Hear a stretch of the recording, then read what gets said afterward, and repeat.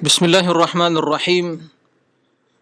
Assalamualaikum warahmatullahi wabarakatuh. Alhamdulillahi rabbil alamin. Wassalatu wassalamu ala ashrafil anbiya'i wal mursalin. Nabiyyina Muhammadin wa ala alihi wa sahbihi ajma'in. Wa man tabi'ahum bi ihsanin ila yaumiddin. Amma ba'du. Ikhwatal iman, kaum muslimin dan muslimat, para pemirsa dan juga para pendengar rahimakumullah. Alhamdulillah, segala puji dan syukur hanyalah milik Allah. Kita panjatkan puji dan puja syukur kita kepada Allah Subhanahu wa taala atas limpahan rahmat, karunia, nikmat yang tidak terhitung banyaknya, terutama nikmat iman, nikmat Islam, nikmat sunnah, nikmat menuntut ilmu yang merupakan warisan Rasulullah sallallahu alaihi wasallam, sehingga barang siapa yang mewarisi warisan beliau, sungguh ia adalah orang yang mulia dunia dan akhirah. Alhamdulillahi awalan wa akhira wa zahiran wa batina. Kemudian salat dan salam untuk Nabi yang mulia, Nabi Muhammad sallallahu alaihi wasallam. Allahumma salli ala Muhammadin wa ala ali Muhammad. Ikhwatal iman, kaum muslimin dan muslimat, para pemirsa rahimakumullah. Kembali kita bersua dalam kajian Aqidah Ahlussunnah wal Jamaah yang secara spesial tentang Aqidatut Tauhid berkaitan dengan Tauhid Al-Asma'i was Sifat. Telah kita jelaskan sebelumnya beberapa kaidah yang diyakini oleh Ahlussunnah di dalam memahami nama-nama Allah, Asma'ullah Al-Husna. Semua hal itu menjelaskan tentang kebenaran akidah ahli sunnati wal jamaah yang bersumberkan Al-Quran dan hadis, yang berlandaskan kepada wahyu, yang wajib untuk diimani, diyakini dan diikuti. Kemudian pada kesempatan yang mulia ini kita akan menjelaskan sebagian kaidah yang diyakini oleh ahli sunnah di dalam sifat-sifat Allah tabaraka wa ta'ala.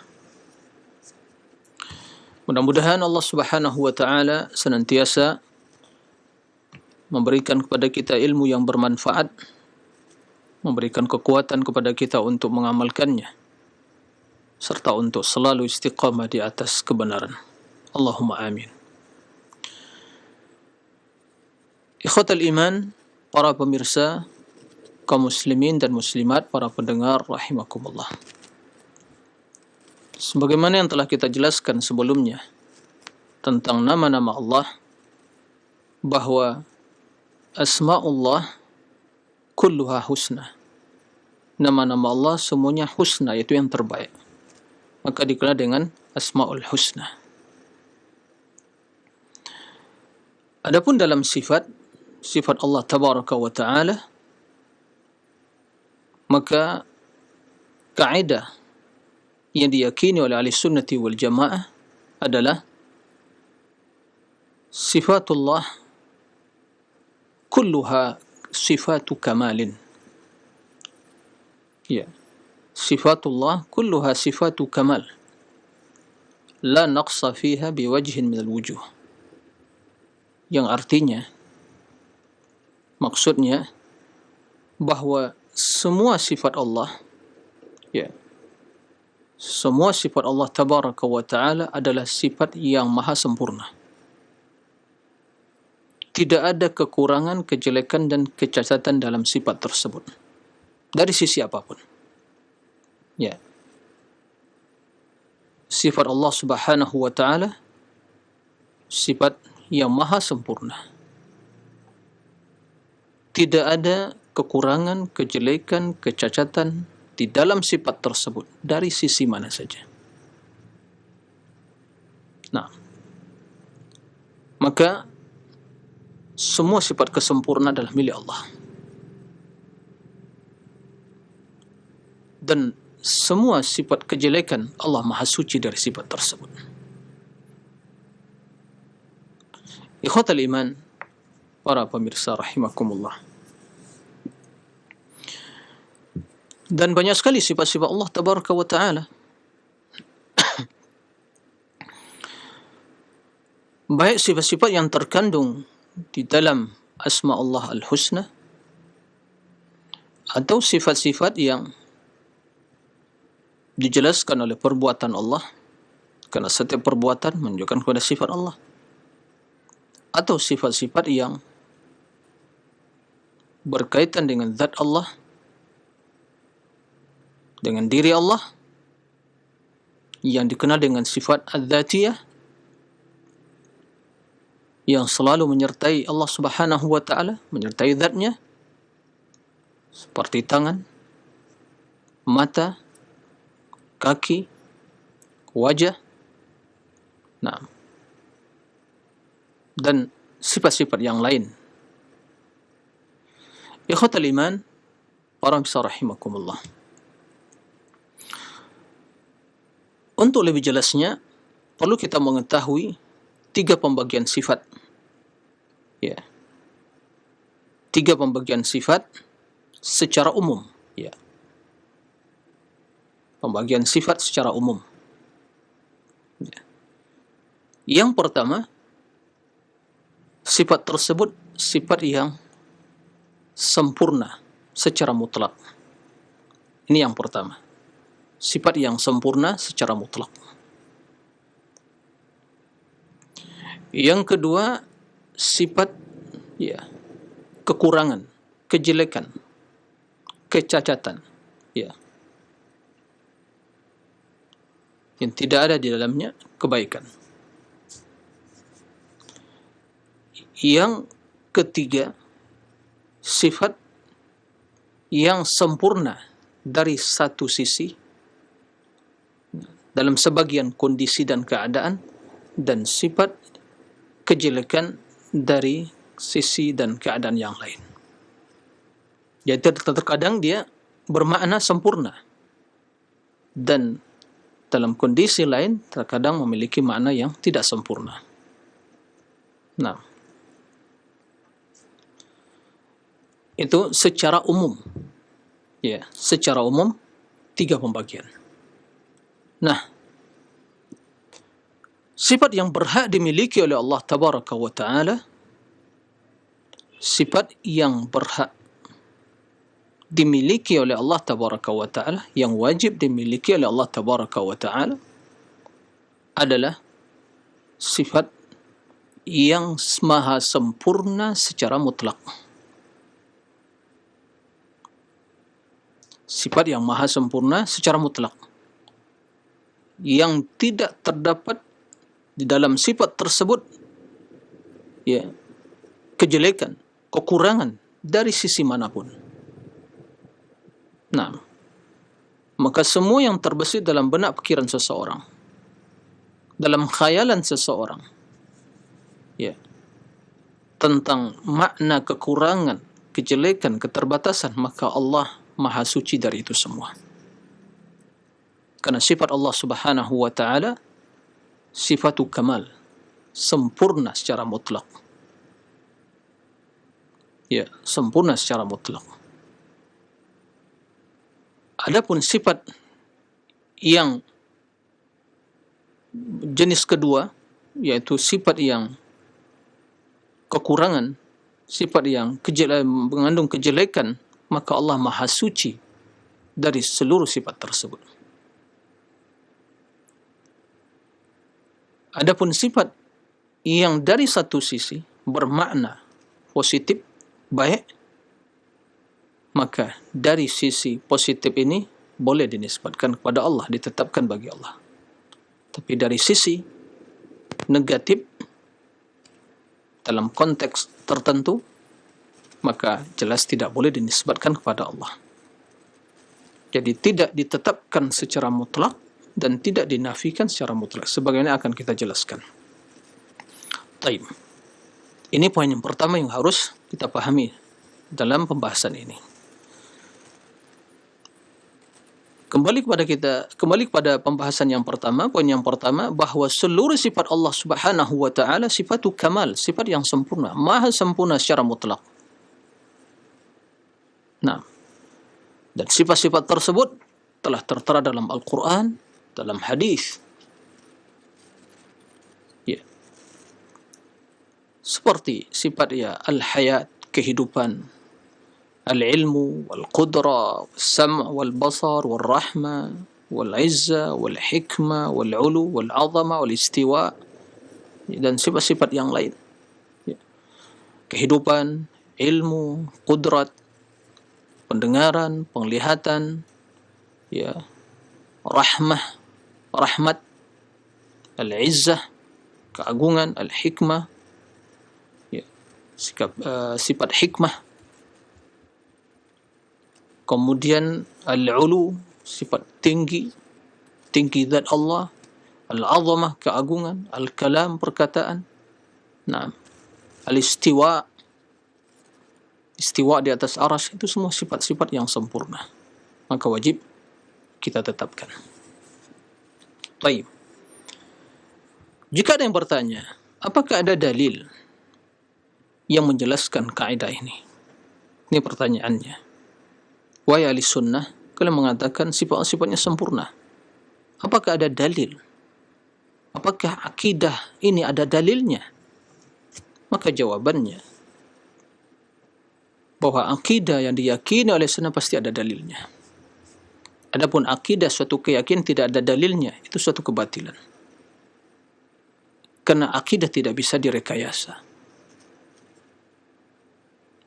Akidah tidak bisa dianalogikan.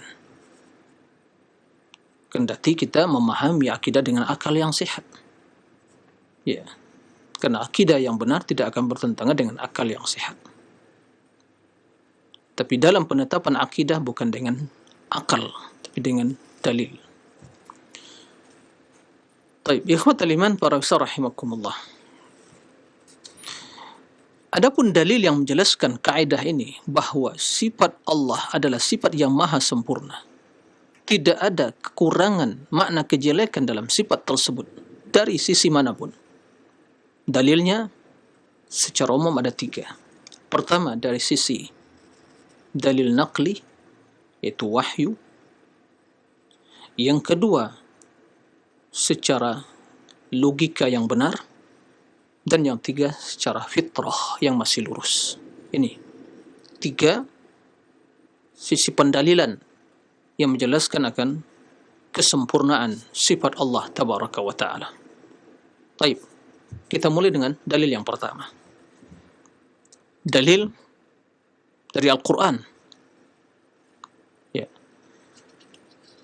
Di dalam Al-Quran, Allah subhanahu wa ta'ala menjelaskan,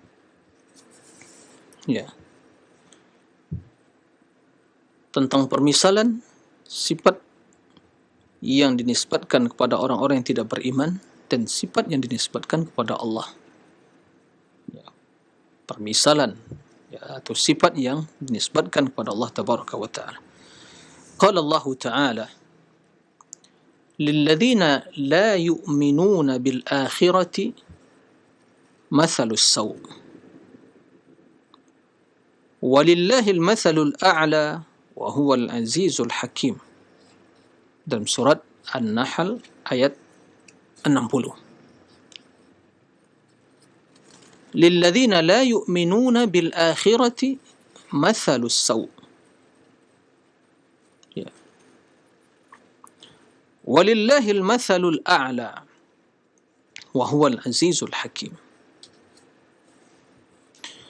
Orang-orang yang tidak beriman kepada hari akhir, bagi mereka sifat yang jelek. Mathalul su' huna, arti mathal di sini wasfun, arti mathalus saw' yaitu sifat yang jelek. Walillahil mathalul a'la, dan bagi Allah adalah sifat yang maha sempurna, maha tinggi. Kenapa Allah tidak menyebutkan di sini walillahil mathal al-kamal, sifat yang sempurna, tapi kenapa dengan redaksi al-a'la, yang lebih tinggi? Karena sifat Allah adalah sifat yang paling tinggi, paling sempurna, paling agung yang tidak ada lagi kesempurnaan, ketinggian, keagungan di atas sifat Allah. Sebagaimana nama Allah Al-Husna, yang terbaik, yang tidak ada lagi yang lebih baik dari nama Allah Subhanahu wa taala. Baik. Jadi yang menjadi sisi pendalilan dari ayat ini, walillahil matsalul a'la. Matsal di sini artinya wasfun. Bukan perumpamaan, bukan permisalan, karena tidak ada laisa kamitslihi syai', tidak ada yang menyerupai Allah Subhanahu wa taala. Jadi maksud al-matsalul a'la adalah al-wasful a'la, sifat yang maha sempurna. Ini dalam surat An-Nahl. Dalam surat An-Nahl, walillahil matsalul a'la wa huwal azizul hakim, dan Allah yang aziz, maha perkasa, al-hakim, dan bijaksana. Baik. Bahkan ikhwatal iman, para rahimakumullah,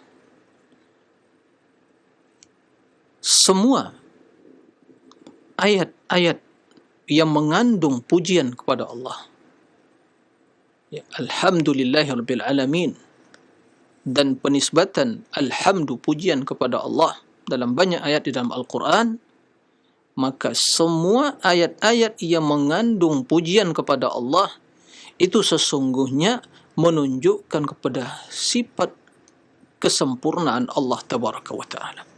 Kenapa Allah dipuji? Kenapa pujian hanya milik Allah? Kenapa Allah yang berhak untuk dipuji? Karena Dia yang memuji dirinya, dan kita hambanya memuji Allah dengan apa? Dengan seluruh kesempurnaan, dengan seluruh keagungan, dengan seluruh sifat yang maha sempurna yang dimiliki oleh Allah. Karena pujian kepada Allahnya dengan nama dan sifatnya.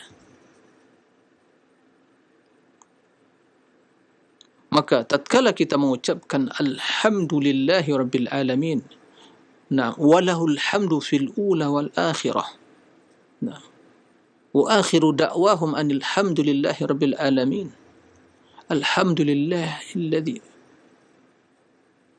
sakhkhara lana hadha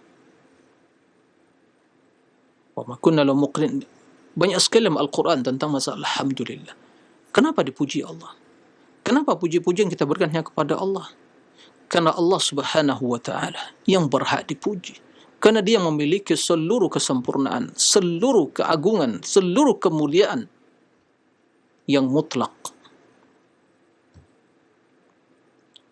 Ikhwatal iman, para pemirsa rahimakumullah. Di antara juga ayat yang menjelaskan tentang hal itu,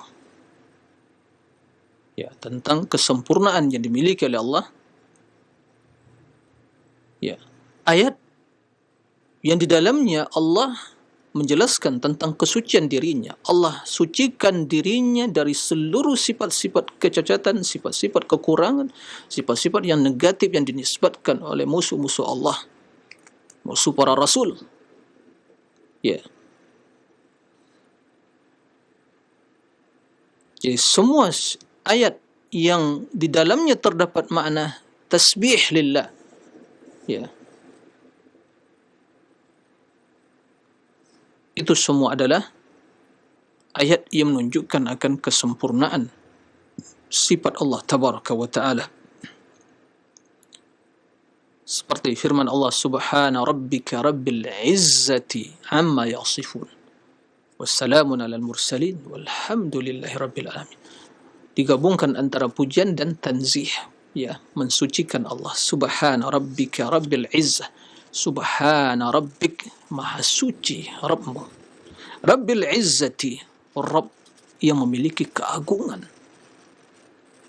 amma yasifun, dari apa yang mereka sifati. Tentunya sifat-sifat negatif, sifat-sifat kejelekan yang dinisbatkan oleh musuh Allah, orang-orang yang ingkar kepada Allah dan juga yang tidak beriman pada Rasul, dari kalangan Yahud dan Nasara dan yang lainnya.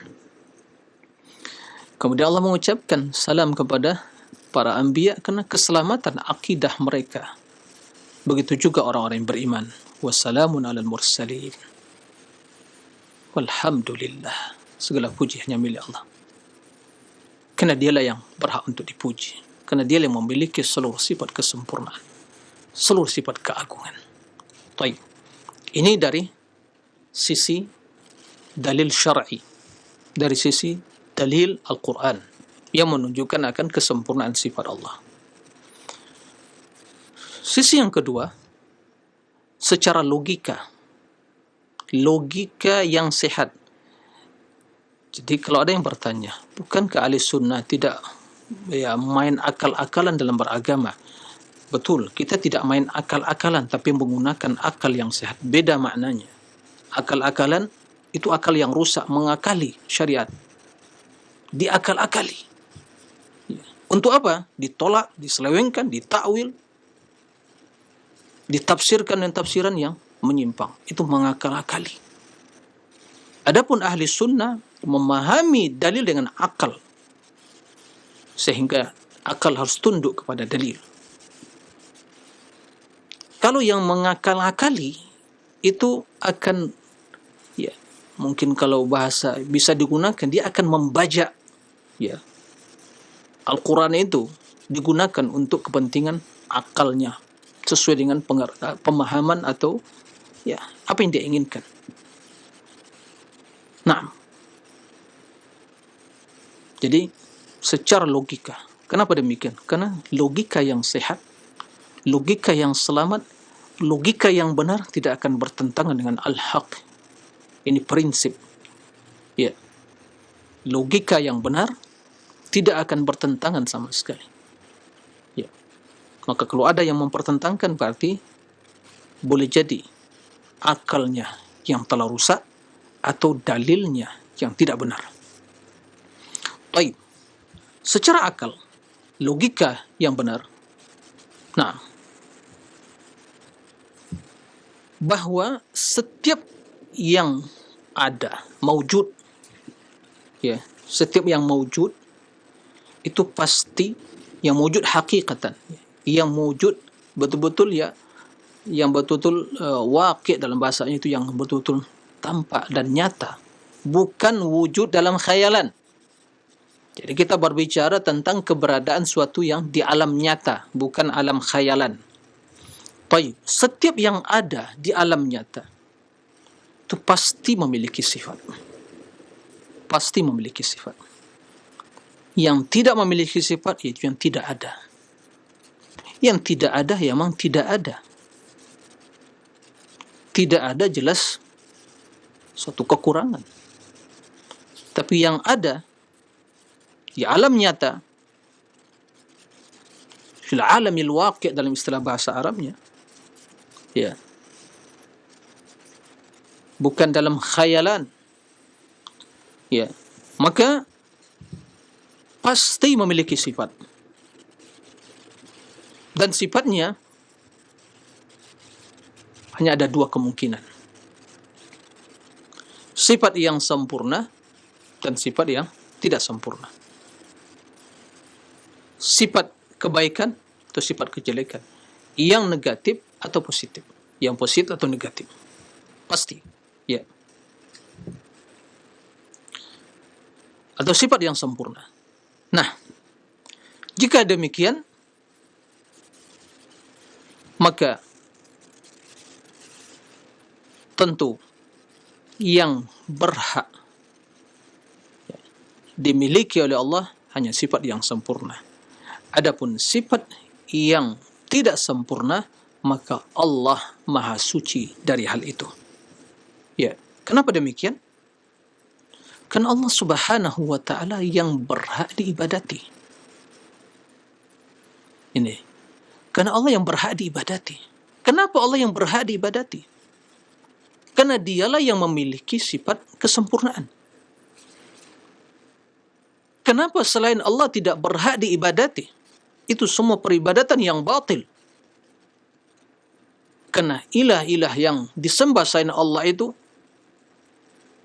memiliki berbagai kekurangan, kecacatan.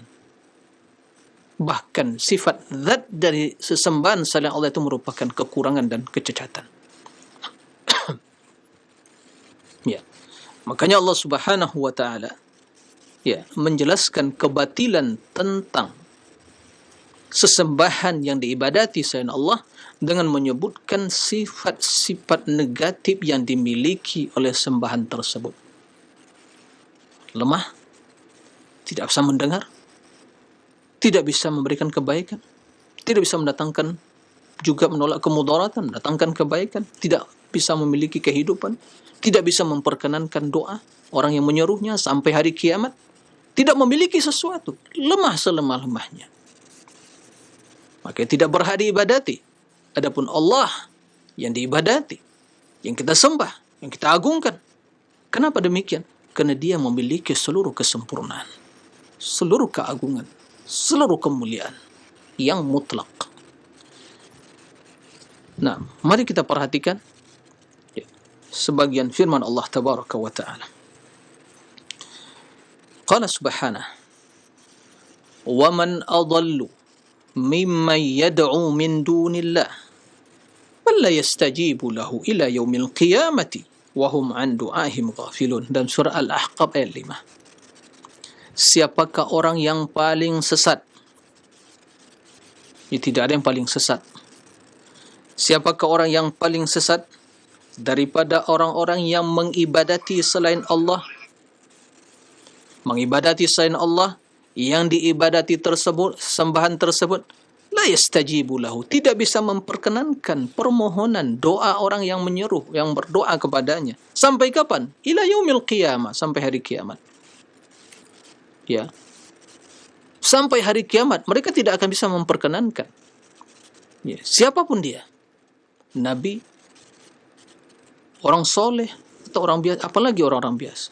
Ya. Dia tidak bisa memperkenankan, tidak bisa mengabulkan doa tadi. Wahum an du'ahim ghafilun. Mereka sungguh lalai, artinya tidak mampu, tidak bisa memperkenankan doa orang-orang yang berdoa kepadanya. Ini menjelaskan kelemahan ya, sembahan yang diibadati selain Allah.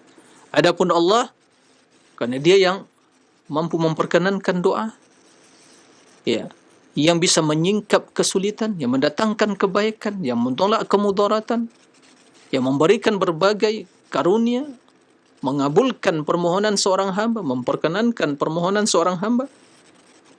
Nah, yang tidak akan menolak doanya, yang memiliki kehidupan, kematian, akhirat, dunia akhirat, semua milik Allah, maka dialah yang berhak diibadati. Makanya orang yang paling bodoh, paling sesat, diberi akal oleh Allah, tapi mengibadati, beribadah kepada makhluk. Dituhankan. Subhanallah. Dari sesuatu yang tidak ada menjadi ada, kemudian dituhankan. Bagaimana bisa Tuhan mati? Ya. Tuhan tidak bisa menyelamatkan dirinya. Ya. Tuhan tidak bisa mendengar. Patung berhala, orang soleh atau nabi yang tidak memiliki sesuatu. Adakah orang yang lebih sesat dari itu? Akal diberi oleh Allah tapi tidak digunakan. Makanya kata Allah, kal an'am, mereka seperti, yaitu mathalu saw tadi, bagi orang tidak beriman. Kal an'am, akal diberi oleh Allah, mata, penglihatan, kemudian pendengaran, akal, tidak digunakan. Sehingga kata Allah, ulaika kal an'am, seperti hewan ternak, binatang. Balhum adhal, lebih sesat lagi. Karena binatang tidak punya akal. Tapi manusia, tatkala tidak menggunakan akal mereka, ya, beribadah kepada selain Allah, menyembah makhluk, mempertuhankan makhluk manusia, atau nabi, atau siapapun, ya, sujud ke kuburan, minta ke kuburan, penghuni kubur yang telah mati. Adakah orang yang lebih sesat dari itu? Aina aqluhum? Kemana akal mereka? Alhamdulillah yang menyelamatkan akal kita Alhamdulillah menjadikan kita orang yang beriman, beribadah hanya kepada Allah. Ini nikmat. Ya, maka jika demikian, pantaskah kita ikut-ikutan memberikan selamat kepada orang-orang yang kufur kepada Allah, menyembah selain Allah, meyakini Tuhan selain Allah? Berarti kita memberikan keselamatan kepada kekufuran, kesyirikan. Na'udzubillah min dzalik. Pegang agama kita. Ini tauhid, ini akidah. Ya. Gak ada tawar-menawar dalam hal ini. Gak ada toleransi dalam hal ini. Nah. Ikhwatal iman, rahimakumullah. Dalam ayat Allah Subhanahu wa taala menjelaskan, "Walladzina yad'una min dunillah la yakhluquna syai'a wa hum yukhlaqun. Amwatun ghairu ahya wa ma yash'urun ayyana yub'atsun." Dalam surat An-Nahl ayat 20. Kata Allah Subhanahu wa taala, orang-orang yang menyembah ya selain Allah, mereka itu la yakhluquna syai'a. Mereka tidak bisa menciptakan sesuatu. Wa hum yukhlaqun, sedang mereka itu diciptakan. Mereka bukan Tuhan sehingga menciptakan sesuatu. Mereka la yakhluquna syai'an. Bahkan mereka itu diciptakan dari sesuatu yang tidak ada menjadi ada. Seluruh ya makhluk, para nabi ya diciptakan. Allah yang menciptakan. Tapi mereka tidak menciptakan. Bahkan mereka diciptakan. Kemudian amwatun ghairu ahya. Mereka amwat ya, orang-orang yang mati, ghairu ahya, tidak hidup. Artinya mereka tidak memiliki sesuatu, tidak memiliki kehidupan dan juga kematian. Mereka tidak memiliki sesuatu, tidak bisa juga menghidupkan, tidak bisa mematikan. Bahkan mereka yang telah mati ya mati, tidak hidup. Wa ma yash'uruna ayyana yub'atsun. Mereka yang telah mati tersebut ya tidak merasa, tidak merasakan sesuatu. Wa ayyana yub'atsun, ya, kapan mereka akan dibangkitkan? Orang mati. Maka kemana akalnya orang-orang yang menyembah, berdoa ya kepada selain Allah, penghuni kubur namakan dengan para wali misalnya atau nabi? Ya subhanallah, aina aqluhum, kemana akal digunakan? Mereka tidak bisa menyelamatkan diri mereka dalam kubur tersebut. Lalu kita memohon kepada orang yang tidak bisa menyelamatkan dirinya, apalagi memperkenankan doa orang-orang yang berdoa kepadanya. Subhanallah. Alhamdulillah, Allah menjaga akal kita. Kalau akal dah rusak, mungkin dia cerdas tapi rusak akalnya. Kecerdasan tidak bermanfaat kalau telah rusak akalnya. Yang kita tuntut bukan cerdas saja, tapi akal yang sehat, yang selamat. Ya. Ya untuk apa? Kecerdasan kalau hanya membawa kepada kekufuran dan kesesatan. Untuk apa? Jadi petaka. Tapi akal ahli sunnah, para ulama ahli sunnah, akal yang sama dan akal yang cerdas. Ya. Dan telah terbukti. Lihat. Ya.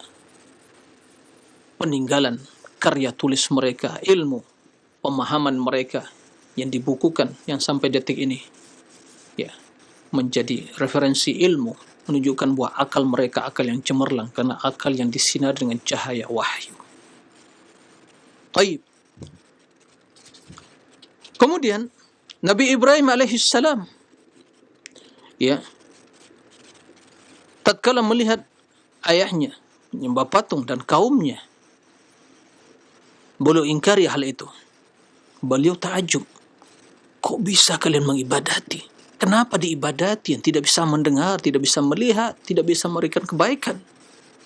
Sungguh aneh. Ya. Sembari mengingkari hal itu, kata Allah Subhanahu wa taala, Nabi Ibrahim berkata kepada ayahnya, "Ya abati, wahai ayahanda." Dengan lemah lembut beliau mengatakan kepada ayahnya, "Ya abati, lima ta'bud ma la yasma' wa la yubsir wa la yughni anka syai'a." Wahai ayahanda, kenapa engkau mengibadati patung yang tidak bisa mendengar, tidak bisa melihat, tidak bisa memberikan kebaikan sesuatu pun kepadamu? Kenapa, wahai ayahanda? Telah datang ilmu kepadaku, wahyu dari Allah. Ya abati, qad ja'ani minal ilmi ma lam ya'tika fattabi'ni ahdika siratan sawiyya. Wahai ayahanda, aku telah mendapatkan ilmu, wahyu dari Allah yang tidak ada pada dirimu. Ikuti aku, wahai ayahanda. Aku akan tunjukimu kepada jalan kebaikan. Tapi Allah telah mentakdirkan, ternyata dia tidak beriman. Tapi yang menjadi sisi pendalilan di sini, bahwa patung berhala yang diibadati ayahnya dan yang disembah ayahnya dan juga kaumnya tidak berhak diibadati. Kenapa? Tidak bisa melihat, tidak bisa mendengar, tidak bisa memberikan kebaikan. Yang berhak diibadati yang memiliki pendengaran, penglihatan yang bisa mendatangkan kebaikan. Man huwa, siapa dia? Allah Rabbul Alamin, Rabbul Izzati wal Jalal. Allah yang memiliki keagungan, kemuliaan, kesempurnaan. Dalam ayat lain, Allah juga menceritakan tentang Nabi Ibrahim. Ya. Qala subhanahu, "Afata'buduna min dunillah ma la yanfa'ukum syai'an wa la yadurrukum. Uffil lakum. Wa lima ta'buduna min dunillah afala ta'qilun." Kata Allah menjelaskan bagaimana Nabi Ibrahim mengingkari peribadatan pada selain Allah. Apakah kalian akan mengibadati? Apakah kalian mengibadati selain Allah yang tidak bisa memberikan manfaat, kebaikan, sesuatu pun kepada kalian, dan juga tidak bisa mendatangkan kemudaratan? Uffil lakum. Celaka kalian. Walima ta'buduna min dunillah. Kenapa kalian mengibadati selain Allah? Afala ta'qilun. Tidak kalian menggunakan akal. Tidak kalian menggunakan akal yang sehat. Bukan mereka tidak punya otak. Mereka punya otak tapi tidak berakal. Makanya kata Allah tentang Nabi Ibrahim, afala ta'qilun, gunakan akal kalian yang sehat. Masa patung berhala yang tidak bisa mendengar, tidak bisa melihat, tidak bisa menyelamatkan dirinya, dihancurkan, Nabi Ibrahim tidak bisa berbuat apa-apa. Begitu dihancurkan Nabi Ibrahim, kemudian palu yang digunakan Nabi untuk memukul, menghancurkan patung tersebut diletakkan di pundak patung yang lebih besar. Kata Nabi Ibrahim, itu yang menghancurkan. Coba tanya dia. Nabi Ibrahim ingin mengajak mereka berpikir. Kalau dia tidak bisa menjawab, apakah yang besar, patung yang besar itu yang menghancurkan patung-patung yang kecil yang lainnya? Jika tidak menjawab, kenapa kalian ibadati? Yang berhak diibadati hanya Allah. Kenapa Allah yang berhak diibadati? Karena Allah yang memiliki sifat kesempurnaan secara mutlak. Dia yang mendengar, dia yang melihat, dia mendatangkan kebaikan, yang menolak kemudaratan, yang menyingkap kesulitan dan memperkenankan doa, yang menciptakan, memiliki kehidupan dan kematian, kebangkitan, dunia, akhirat milik Allah. Dia yang berhak diibadati. Ini secara logika, dan masih banyak ayat-ayat yang senada dengan apa yang disampaikan tadi. Kesimpulannya bahwa akal yang sehat, akal yang masih cerdas, akal yang masih benar pola pikirnya, logikanya, maka akan memahami bahwa Allah itu memiliki sifat kesempurnaan. Buktinya Allah menjelaskan kebatilan tentang sembahan-sembahan selain Allah, karena mereka sembahan tersebut tidak memiliki satupun dari kebaikan, tapi semuanya kejelekan, sifat kejelekan. Nah, kemudian dari sisi lain, kita melihat, menyaksikan, meraba, menyaksikan, melihat, memperhatikan di alam nyata ini, ya, bahwa juga makhluk memiliki sifat sempurna. Kendati kesempurnaan tersebut tentunya terbatas sesuai dengan keberadaan dan kondisi mereka. Tapi kita mendapatkan hal itu. Ya. Mendengar, melihat, berbicara, ya, memahami, itu semua sifat kesempurnaan. Sesuai dengan keterbatasan makhluk tersebut. Maka yang mendengar, yang melihat lebih sempurna daripada yang tidak mendengar dan tidak melihat. Yang berakal tentunya lebih sempurna dari yang gila. Nah, yang memiliki kekuatan tentu sempurna dari yang lemah. Dan ini kita pahami. Akal memahami dan juga mata menyaksikan. Itulah kondisi. Jadi pertanyaan, sifat kesempurnaan tersebut datangnya dari siapa? Siapa yang mengkaruniakan? Siapa yang mengkaruniakan?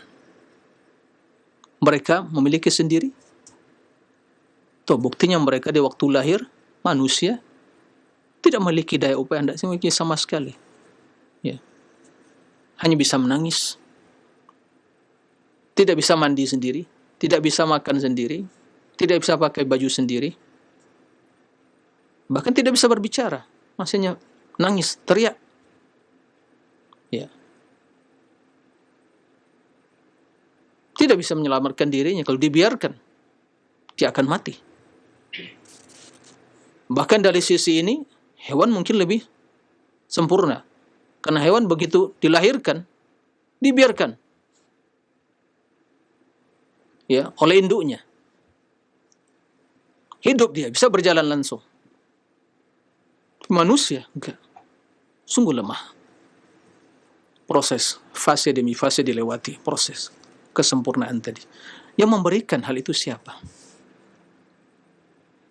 Allah Subhanahu wa ta'ala.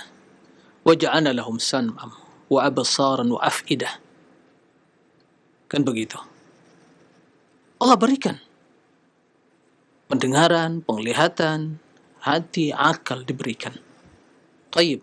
Berarti kesempurnaan itu datang dari siapa? Dari Allah. Ya. Tentunya yang memberikan kesempurnaan karunia dari Allah lebih berhak mengikuti, memiliki. Lebih berhak memiliki kesempurnaan tadi. Masa yang diberi memiliki kesempurnaan atau yang memberi tidak memiliki kesempurnaan? Tidak masuk akal. Maka yang memberikan kesempurnaan lebih berhak memiliki kesempurnaan tadi. Nah, ikhwatal iman, pemirsa rahimakumullah. Maka Allah memiliki sifat yang sempurna. Sifat yang sempurna. Itu sisi pendalilan yang kedua.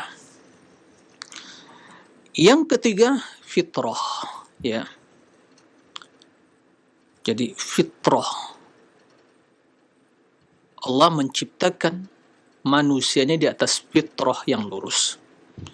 Maksud fitrah ini adalah kecintaan kepada kebaikan, kecenderungan untuk mengikuti hal yang baik. Bahwa bila seorang bayi yang lahir, tumbuh, dan besar di lingkungan yang tidak terkontaminasi fitrahnya, ya, tidak ada yang merubah, tidak ada yang merusak, lingkungan baik, keluarga baik, maka bayi tersebut akan tumbuh di atas fitrah, di atas kebaikan. Sehingga begitu dia telah mulai balik, telah bisa membedakan tamyiz, ya, begitu disuguhkan kepadanya al-haq, dia pasti menerima.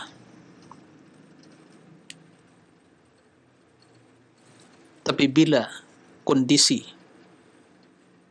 bila komunitas tempat dia hidup, bila lingkungan yang ada di sekitarnya, terutama yang terdekat orang tuanya, ayahnya, ibunya, saudara-saudarinya, nah, itu yang bejat, itu yang merusak, maka akan rusak fitrah tersebut. Maka Rasul mengatakan dalam hadis, kullu mauludin yuladu alal fitrah, fa abawahu yuhawwidanihi au yunassirani au yumajjisani. Setiap anak yang lahir dalam keadaan fitrah, suci, berada di atas al-haq, keinginan untuk mengikuti al-haq, kecintaan untuk menerima al-haq, tapi menjadi permasalahan lingkungan, fa'abawahu, kedua orang tuanya, ini yang paling dekat, ya, fa'abawahu yuhawwidani, yang menjadikan dia sebagai Yahudi, berarti rusak fitrahnya, au yunassiranihi, atau menjadikan Nasrani, au yumajjisani, atau menjadikan Majusi. Rasul tidak menyebutkan au yuslimanihi, menjadikan dia Islam, tidak. Kenapa? Karena hukum asalnya fitrah itu Islam. Yang berubah dari Islam kepada apa? Yahudi, atau Nasrani, atau Majusi. Nah, fitrah yang sehat, fitrah yang masih lurus, itu juga menunjukkan akan kesempurnaan sifat Allah.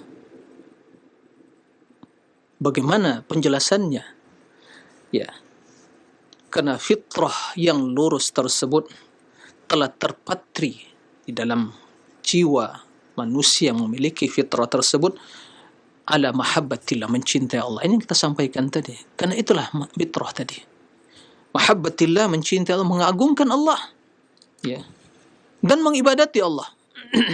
Nah, wa idh akhadha rabbuka min bani adama min dhuhurihim dhurriyyatahum wa ashhadum ala anfusihim alastu bi rabbikum qalu bala. Dan ingatlah tatkala Rabbmu mengambil janji kepada keturunan Adam tatkala mereka berada di tulang sulbi bapak-bapak mereka, dan dipersaksikan oleh Allah, minta persaksian, alastu bi rabbikum, bukankah aku Rabb kalian yang diibadati? Qalu bala. Naam, kami menyaksikan hal itu. Nah, ini fitrah Allah. La tabdila li kalimatillah, tidak ada perubahan dari fitrah tersebut.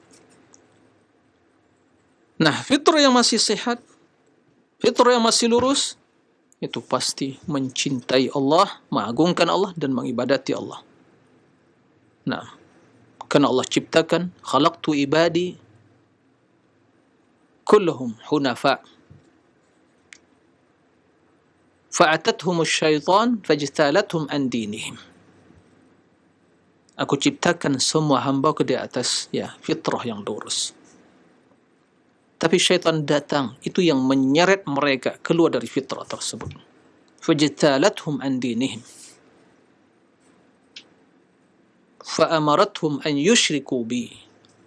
Syaitan memerintahkan manusia untuk berbuat syirik kepada Allah. Maka yang berbuat syirik itu sungguhnya dia mengibadati syaitan. Alam a'ahad ilaikum ya bani Adam alla ta'budu syaitan.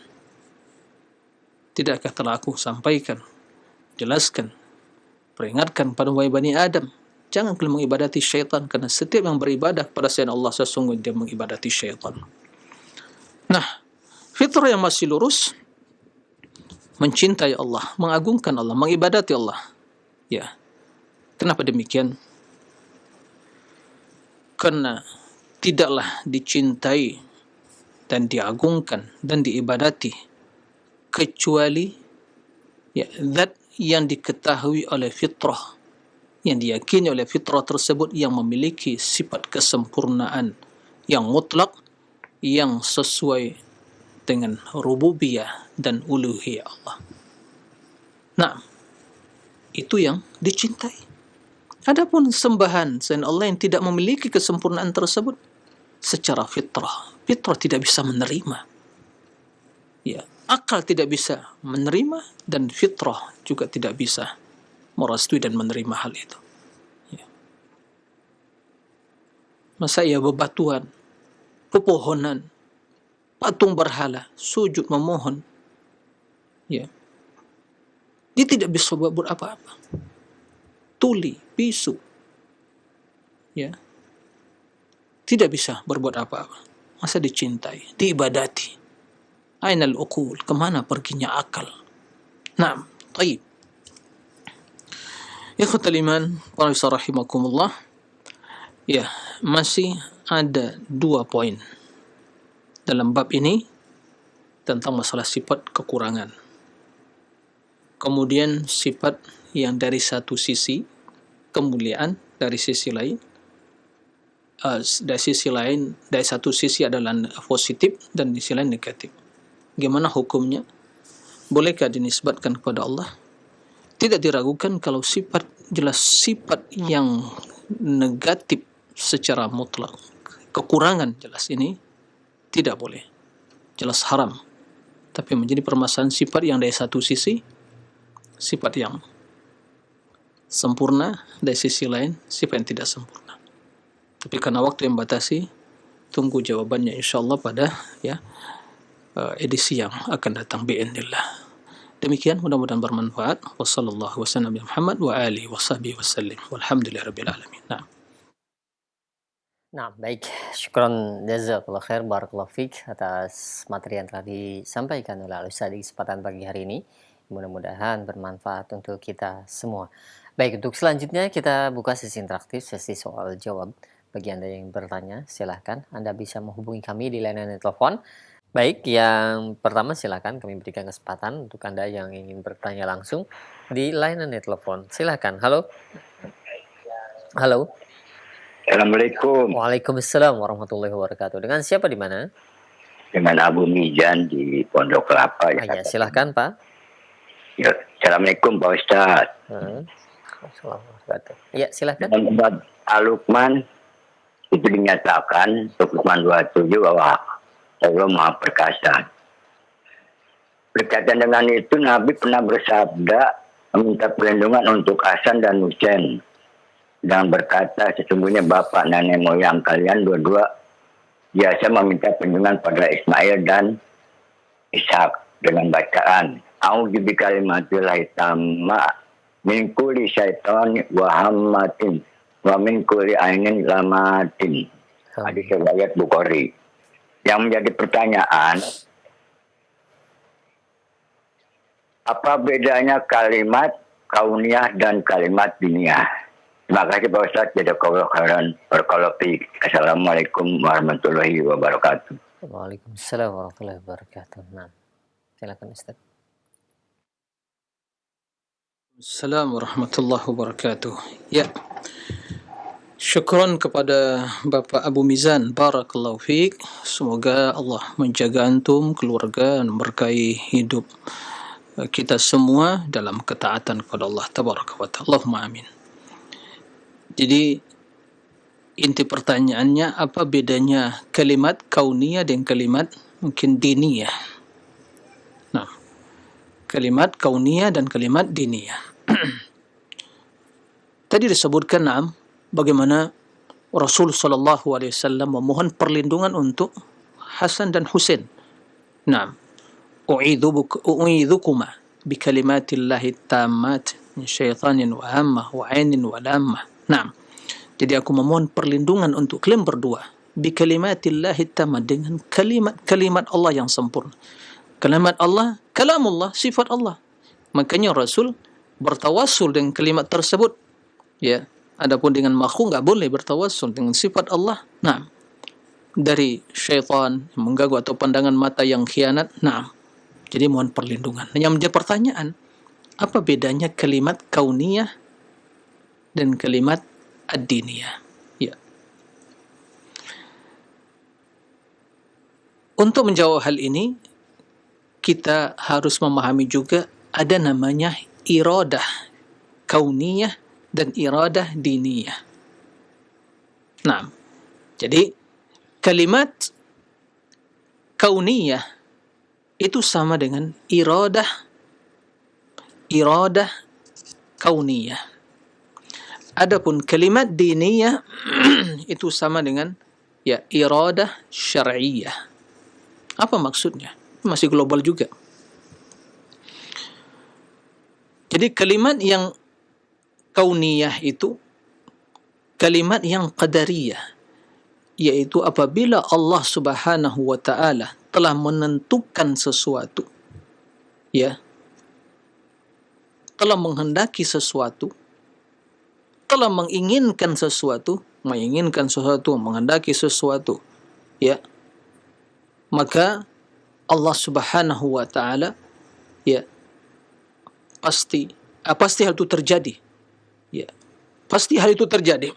Dan hanya mengucapkan kun fayakun. Innama amruhu idza arada syai'an an yaqula lahu kun fayakun. Ya, ini namanya kalimat kauniyah, qadariyah.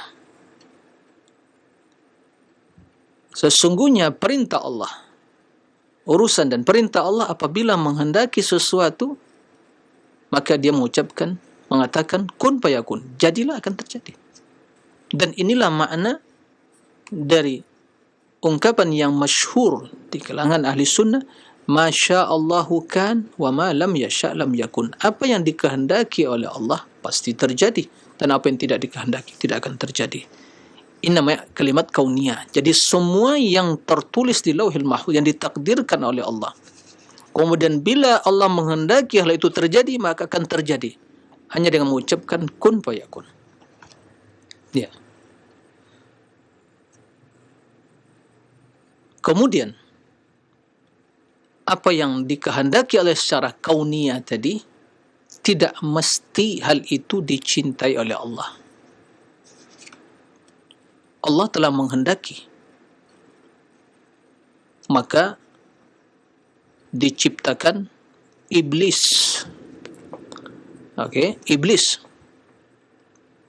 Tapi Allah murka, bahkan melaknat iblis, diusir dari surga. Ya. Karena tidak semua yang berkaitan dengan kalimat kauniyah atau iradah kauniyah, kehendak secara takdir, itu dicintai. Kecuali bila berkaitan dengan kalimat ad-diniyah. Kalimat diniyah sama dengan artinya atau pengertian dengan iradah asy-syar'iyyah. Itu suatu yang dikehendaki Allah secara syariat, maka Allah perintahkan. Dan tidak diragukan, kalimat, ya, kalimatullah itu merupakan kalimat syar'iyyah yang kita baca. Kalamullah, ya, kalamullah, kalimat. Dan kalimat Allah Subhanahu wa ta'ala itu, ya, sifat dari Allah Subhanahu wa ta'ala, termasuk sifat Allah Al-Quran Al-Karim. Ini termasuk kalimat syar'iyyah. Dan termasuk perintah yang Allah perintahkan dalam agama ini dinamakan, ya, kepada al-umur asy-syar'iyyah, perintah-perintah secara agama. Al-umur diniyah, perintah secara din. Nah, maka Allah perintahkan untuk salat. Wa aqimus shalah wa atuz zakah, kutiba alaikumus shiyam, walillahi 'alan nasi hajjul bait man istata'a sabila. Ini kalimat-kalimat syar'iyyah, perintah Allah yang merupakan kalamullah dan sifat Allah tabaraka wa taala. Dan perintah-perintah yang lain. Dan semua kalimat diniyah itu pasti dicintai. Karena semua kebaikan perintah. Maka Allah perintahkan untuk solat, Allah perintahkan untuk birrul walidain, perintahkan untuk tauhid, perintahkan mengikuti Rasul SAW, karena Allah mensyariatkan hal itu. Tapi tidak mesti hal itu terjadi. Karena Allah perintahkan secara agama orang solat, banyak enggak solat. KTP-nya Muslim, tapi banyak enggak solat. Allah bukan perintahkan untuk tulis di KTP Muslim, bukan itu. Wala tamutunna illa antum muslimun, bukan ditulis di KTP. Nanti bukti akta kematian Muslim gitu, bukan itu. Wala tamutunna illa antum muslimun, ya betul-betul melaksanakan Islam, solat 5 waktu, punya duit keluarkan zakat, bulan Ramadan puasa, punya duit juga dapat kelapangan rezeki, ya pergi haji. amar nahi munkar, baca Al-Quran, zikir, itu baru. Nah, yaitu perbedaan antara kalimat al-kauniyah, al-qadariyah dengan kalimat asy-syar'iyyah, diniyah. Wallahu a'lam. Nah.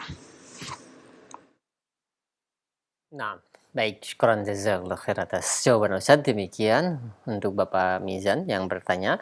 Dan selanjutnya kami ajukan pertanyaan di layanan pesan singkat. Ada pertanyaan dari Bapak Nanai yang berada di Pondok Gede. Ya Ustaz, disebutkan semua yang tampak pasti memiliki sifat. Dan Al-Quran yang secara fisik terlihat dan bisa dicetak adalah kalamullah, bukan makhluk. Apakah boleh kita menyebutkan Al-Quran adalah salah satu dari nama dan sifat Allah? Mohon penjelasannya. Apakah benar pernyataan seperti ini?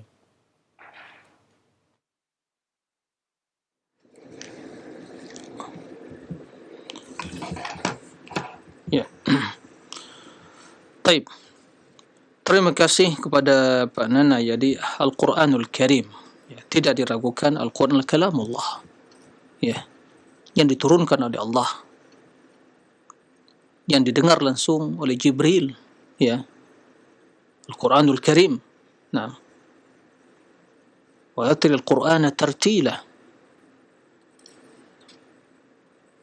Dan Allah Subhanahu wa taala yang langsung berbicara dengan Al-Qur'an. Ala inni utitu Qur'an wa mithlahu ma'ah. Itu hadis. Jadi Allah Subhanahu wa taala yang berbicara langsung dengan Al-Qur'an. Yaitu sifat Allah, kalamullah. Jibril langsung mendengar dan disampaikan oleh Jibril kepada Rasul sebagaimana didengar, sehingga tidak ada yang dirubah, bukan yang diungkapkan. Jibril bukan mengungkapkan kalamullah, ya, tapi hanya menyampaikan kalamullah. Innahu laqaulu rasulin karim, perkataan Rasul yang mulia, artinya Jibril yang menyampaikan. Nah, Al-Quran kalamullah. Sebab Allah menjelaskan hal itu. Wa in ahadu minal musyrikin istajaraka fa'ajiru hatta yasma'a kalamullah. Jika salah seorang dari kaum musyrikin mohon perlindungan, keamanan padamu, maka berikan keamanan baginya sampai mereka itu mendengar kalamullah, Quran kalamullah. Itu tidak diragukan. Dan mushaf, yaitu mushaf yang Quran yang dicetak, kemudian ada lembaran, ada tinta, ya, ada lembaran kertas, ada tinta. Jadi ada tulisan, ada yang ditulis, ada tinta yang digunakan untuk menulis, ada kertas tempat menulis, ada juga mungkin pulpen untuk digunakan menulis. Baik. Dalam kondisi keberadaan situasi apapun tetap tidak berubah, itu kalamullah. Kendati medianya, sarananya itu dari makhluk, tapi yang diucapkan, yang ditulis, yang didengarkan, yang disimpan di Android dan juga aplikasi yang ada. Nah, dan juga yang disimpan di server, ya. Semua yang disimpan kalamullah, semua yang dibaca kalamullah, semua yang ditulis kalamullah, semua yang didengar kalamullah, semua yang kita buka lewat, ya, gadget kita, bukan, ya, aplikasi, kalamullah. Tapi tinta yang digunakan jelas makhluk, tintanya.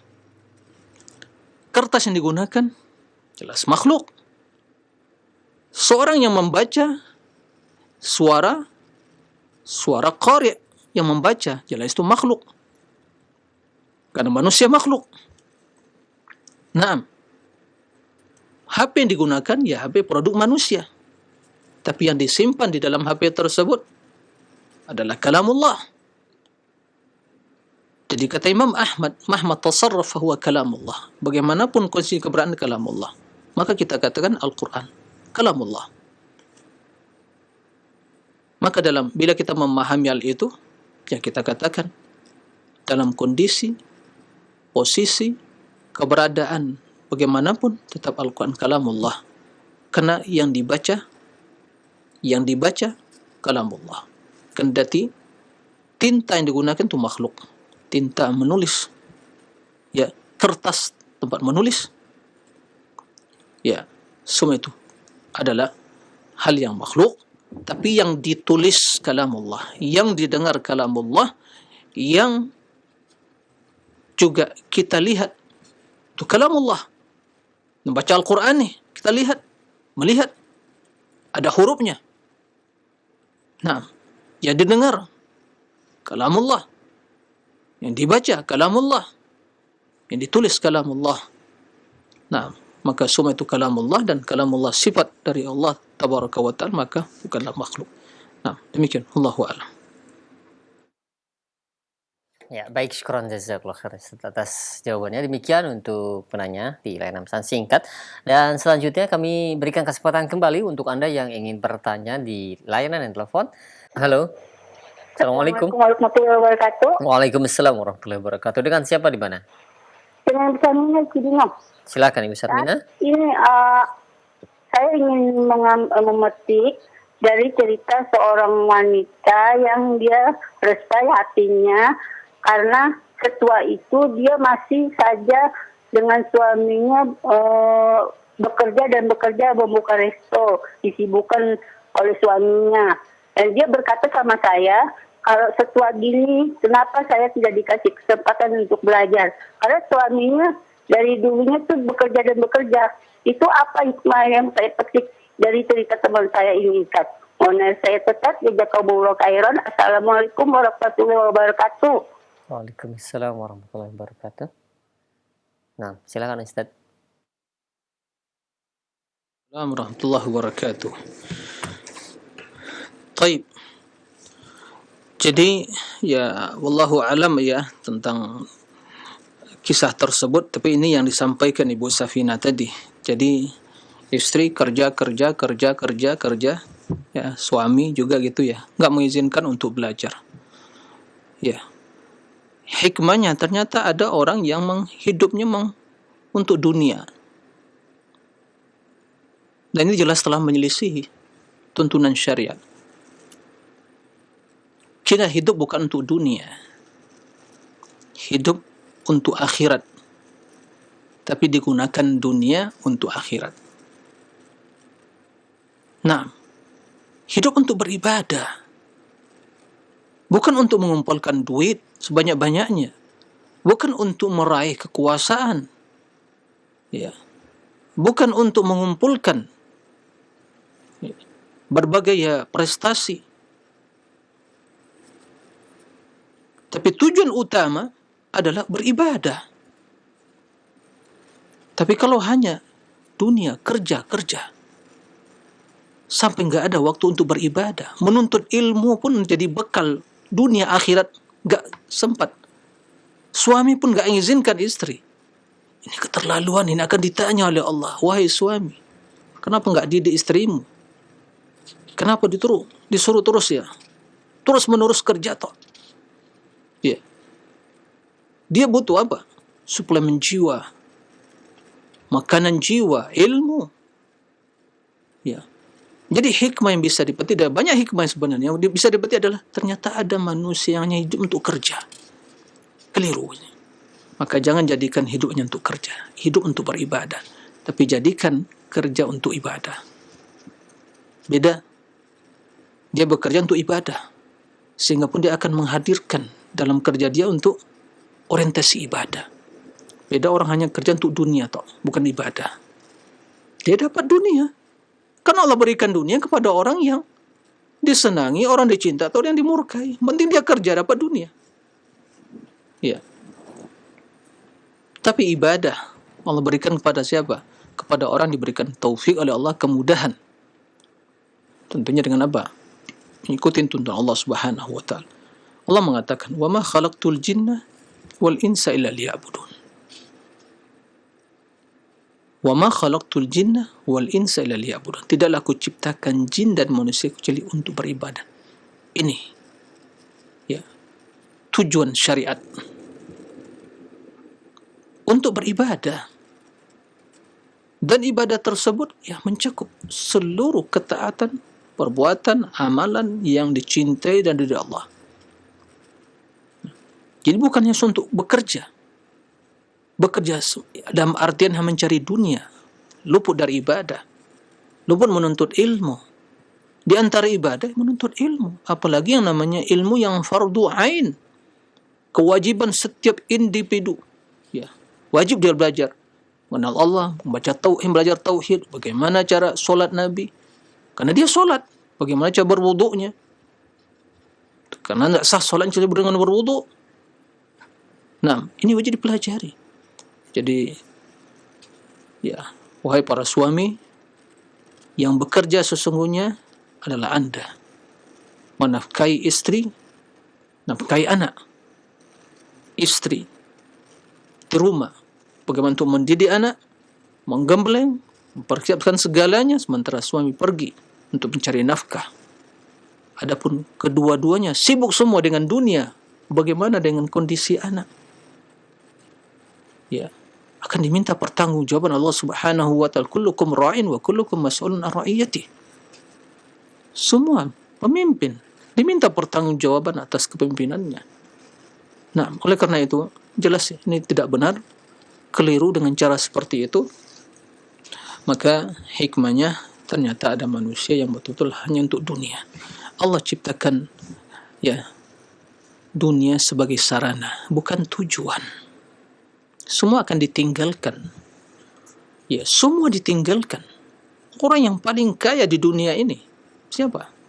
Yang tak terhitung kekayaannya, yang dia cicipi, yang untuk dia, yang dia infakkan dan dia pakai. Selebihnya untuk apa? Dibawa ke kuburan, dibawa masuk ke kuburan, bekal di alam barzah, tak kali tanya mungkar wa nakir, nanti kasih duit begitu, lepaskan saya, luluskan dari pertanyaan ini, begitu? La kalla, hanya amal saleh. Oleh karena itu, jadikan dunia sebagai wasilah untuk akhirat, bukan tujuan. Jangan korbankan akhirat karena dunia, tapi korbankan dunia untuk akhirat. Korbankan dunia untuk akhirat, jangan korbankan akhirat demi dunia. Sekarang mayoritas terbalik, korbankan agama demi dunia, maka segala cara dilakukan, halal haram nggak peduli. Yang penting kaidahnya al halal mahalla fi yadi wal haram mahurima minhu. Yang halal yang kepegang, punya kesempatan halal. Yang haram nggak ada kesempatan, terhalang mendapatkan, itu haram bagi sebagian. Auzubillah min dzalik. Wassallallahu wasallam ala afiyah. Semoga ya Allah tidak menjadikan ya tujuan utama hidup kita adalah dunia, tapi adalah akhirat. Nah, Allahumma amin. Demikian Allahu a'lam. Baik, syukran jazakallahu khair atas jawaban Ustaz. Demikian untuk penanya Ibu Samina. Masih kami berikan untuk Anda yang ingin bertanya di layanan telepon, kesempatan silahkan. Ya, mungkin sudah ada yang terhubung untuk Anda yang ingin bertanya langsung. Silahkan, halo. Halo. Assalamualaikum. Waalaikumsalam warahmatullahi wabarakatuh. Dengan siapa di mana? Dengan hamba Allah di Tangerang Selatan. Silahkan. Gini Ustaz, saya mau tanya, kalau tetangga saya kan suka mengundang pernah mengundang saya acara 7 bulanan. Nah, terus saya kan nggak datang, tapi dia nganterin makanan. Gimana tuh? Apa saya makan atau gimana ya Pak Ustadz?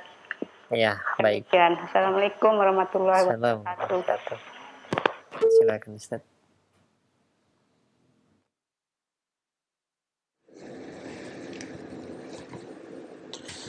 Ya, taib. Terima kasih kepada hamba Allah Ibu yang bertanya di Tangerang Selatan. Saya juga tidak tahu acara apa 7 bulanan itu ya. Apa mungkin kehamilan 7 bulan ya? Atau wallahu a'lam tidak sebutkan tadi. Tapi sepertinya ya mungkin kehamilan 7 bulan. Tapi kalau 7 hari mungkin acara yang mungkin takziah atau mungkin makanan yang mereka sediakan bagi ya yang datang untuk berdoa untuk si mayit. Terlepas dari itu semua, ada dua sisi di sini yang perlu dipahami. Dari satu sisi, secara hukum asal itu makanan itu ya halal, karena hukum asal dari makanan itu halal. Tapi permasalahan yang berkaitan, ya, yang berkaitan dengan ya dihubungi dengan sebuah ritual, ya, sebuah ritual, dan makanan tersebut dibuat untuk dalam rangka ya memperingati ritual tersebut atau kebiasaan tersebut. Sementara kebiasaan tersebut tidak ada tuntunan dari syariat. Di sini yang menjadi ya perbedaan di kalangan ulama. Karena dari satu sisi makanan ini hukum asalnya halal. Ya, bukan rampasan, bukan curian, ya, dimasak di rumah atau mungkin dibeli.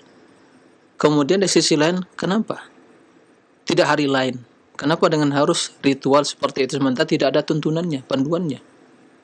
Ya. Atau hal-hal yang lain. Nah, atau kena ritual itu juga mungkin makanan dan juga orang-orang yang non-muslim misalnya di hari-hari raya mereka memberikan non-muslim hadiah. Maka dalam hal ini, karena ini adalah bagian dari perayaan dan pengganggungan kepada hari-hari mereka dan itu merupakan yang spesial bagi mereka, ya, bukan bagian dari Islam, maka dalam hal ulama mengatakan jangan diterima.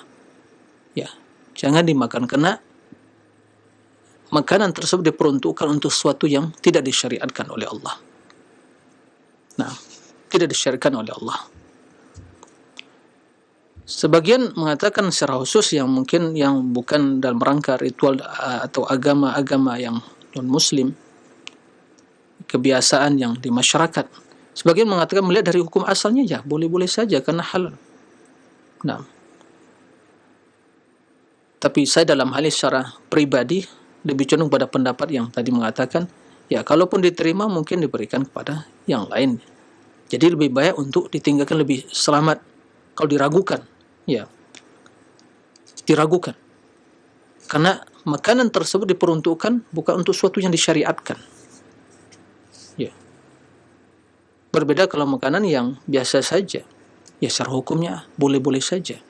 Maka ya lebih utama untuk ditinggalkan. Lebih utama. Ya, saya tidak berani mengatakan langsung itu haram secara mutlak. Kenapa? Karena juga ada para ulama yang khilaf dalam hal ini. Sebagian mengatakan melihat dari hukum asalnya. Melihat dari hukum asalnya. Sisi lain melihat kendati di hukum asalnya tapi karena ini diperuntukkan untuk hal yang bukan syariat, menyelisihi syariat. Ya, diperuntukkan untuk hal yang bertentangan dengan syariat Allah, maka dari sisi ini tidak diperbolehkan. Wallahu a'lam. Ya, lebih baik untuk tidak diterima. Kalaupun diterima ya mungkin berikan kepada yang lain kalau seperti itu. Wallahu a'lam. Nah, baik, syukran jazakallahu khair atas jawaban Ustaz. Demikian untuk Ibu yang bertanya. Dan selanjutnya ini ada pertanyaan Ustaz.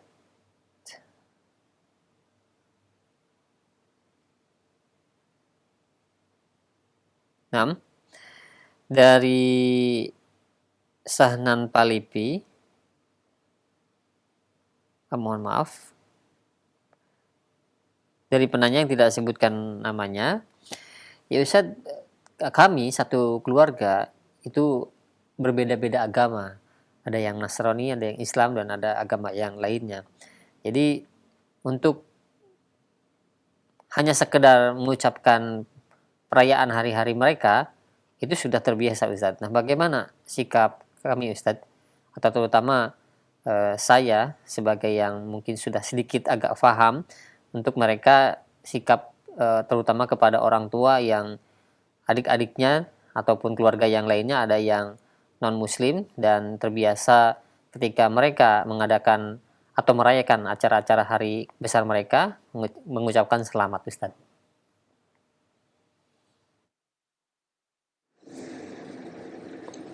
Nah, baik.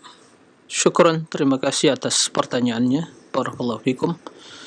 Semoga Allah Subhanahu wa taala ya senantiasa memberkahi hidup kita. memberikan kepada kita ilmu yang bermanfaat, memberikan kepada kita al-haq, kemudian beri kekuatan untuk mengikutinya. Taib.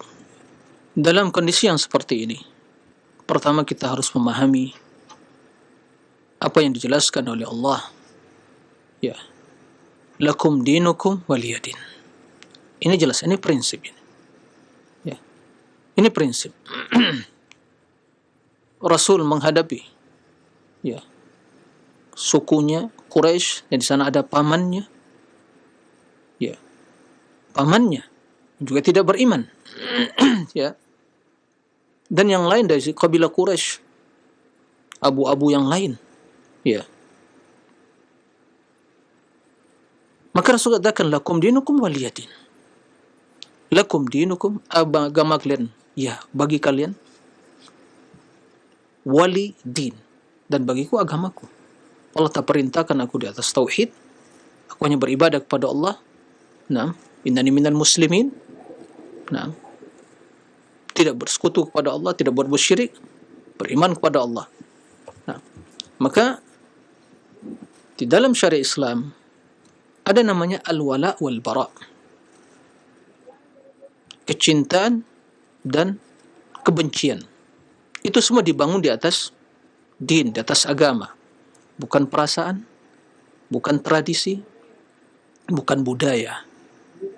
Nah, ini yang harus dipahami terlebih dahulu. Ini bagian dari iman, ya. Cinta karena Allah dan benci karena Allah. Dan kebencian amalan hati. Begitu kecintaan amalan hati. Nah, kemudian adanya kebencian di dalam hati, ya, kepada non-muslim bukan berarti boleh menzolimi, ya, boleh menghina, tidak. Di dalam urusan dunia kita boleh berinteraksi. Inilah ya tempat untuk bisa bertoleransi dalam urusan dunia. Terlebih lagi orang tua kita, saudara kita, saudara seseorang, orang tuanya. Karena perbedaan agama tidak melarang untuk berbuat baik, tapi yang dilarang adalah mencintai karena Allah atau mengikuti ritual agama mereka. Makanya kata Allah Subhanahu wa taala, "Wa in jahadaka ala an tusyrika bima laysa laka bi ilmun fala tuti'huma." Lihat, fala tuti'huma. Ini karena urusan agama. Jika keduanya mengajakmu berbuat syirik yang tidak ada landasannya sama sekali datang dari Allah, jangan taati, jangan ikuti. Tapi Allah memberikan solusi. Wasahibhuma fid dunya ma'ruf. Ya, berinteraksi dengan mereka berdua di dunia ini yang baik. Maka silaturrahim tetap wajib disambung karena itu berbeda agama. Ya. Karena itu beda agama. Nah, ini dalam hal bagaimana kita berinteraksi. Nah, oleh karena itu termasuk hal yang termasuk al-wala wal bara, yang bara adalah kita tidak mengapresiasi dan memberikan selamat kepada tradisi yang jelas itu bertentangan dengan agama Allah. Tadi lakum dinukum waliyadin, ini agama. Maka para ulama sepakat, ijma', kalau ada menyisibati telah menyisih ijma' tadi. Ijma' sebagian nukil oleh Imam Ibnu Qayyim dalam kitab Ahkam Ahlul Dhimmah, ijma', ya. Dan banyak di antaranya tidak diperbolehkan bagi seorang untuk ya mengucapkan selamat ya kepada non-muslim dalam rangka perayaan hari-hari besar mereka. Ini ijma' kaum muslimin. Dan tentunya dalil ijma' itu sangat banyak sekali. Perintah untuk tidak menjadikan orang-orang kafir sebagai wali. Ya, termasuk dalam hal itu. Nah, oleh karena itu, ini permasalahan yang harus dipahami. Ini din, bukan perasaan. Maka yang harus dilakukan seperti itu. Berbuat baik. Tutur kata yang baik. Ya. Tutur kata yang baik. Jikapun memberikan hadiah kepada mereka, menolong orang tua, apalagi orang tua. Yang sakit dijenguk, didoakan kesembuhan dan mengajak ke Islam. Ya, berbuat baik. Saudara, saudari begitu juga. Tapi dalam permasalahan urusan agama, ya, dia pergi ke tempat peribadatan dia, ya jangan diikuti. Dia mengajak untuk mereka, jangan diikuti. Karena hari raya itu merupakan bagian yang sangat prinsip dalam agama, setiap agama. Likulli qaumin 'idun, kata Rasul. Wa hadza 'iduna. Setiap kaum itu, umat itu memiliki hari raya yang mereka peringati. Ya, dan inilah 'iduna, yaitu Idul Fitri atau Idul Adha. Jadi jelas dalam hal ini, inilah pemahaman toleransi yang benar. Ya, bukan toleransi hari ini ke masjid, besok ke gereja, besok mungkin tempat-tempat yang lain. Bukan itu. Hari ini ucapkan salam bagi mereka, besok mereka ucapkan salam bagi kita. Enggak. Bukan begitu. Ikut-ikutan merayakan, ya, juga menggunakan mengibarkan simbol-simbol mereka, memakai pakaian simbol mereka. Enggak. La, hada la yajuz, haram. Hada la yajuz. Ijma' alaihi al-sunnah. Kaum muslimin, para ulama, fuqaha sepakat ijma' dalam hal ini. Ya.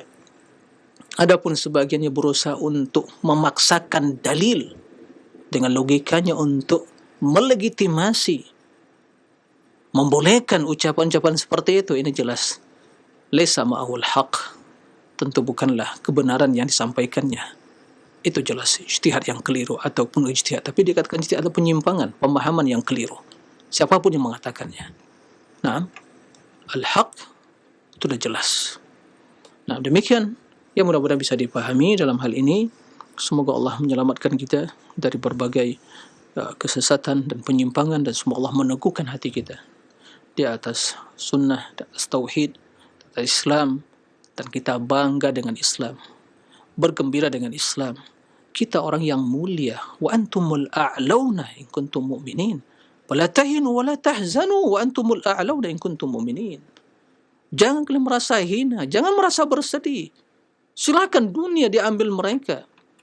Tak perlu kalian bersedih. Kalian orang yang tinggi, orang yang mulia. In kuntum mu'minin. Jika kalian orang beriman. Ya, al-Islam ya'lu wa la yu'la alaihi. Nah, Islam itu tinggi, mulia. Masa yang tinggi merendahkan, menghinakan diri? Tak boleh. Ya, kita dimuliakan oleh, maka muliakan diri kita dengan Islam ini, berpegang teguh dengan Islam. Nah, jangan tertipu dengan kegemaran dunia ini, kemahan dunia ini, dengan kenikmatan dunia ini, dengan dunia yang menghiasi yang dimiliki oleh orang-orang Muslim. Nah, demikian, mudah-mudahan bermanfaat. Wa sallallahu wa sallam nabiyina Muhammadin wa alihi wa sahbihi wa sallim. Wa akhiru da'wana alhamdulillahi alamin. Subhanakallahumma bihamdika asyhadu an la ilaha illa anta astaghfiruka wa atubu ilaik. Wassalamu alaikum warahmatullahi wabarakatuh.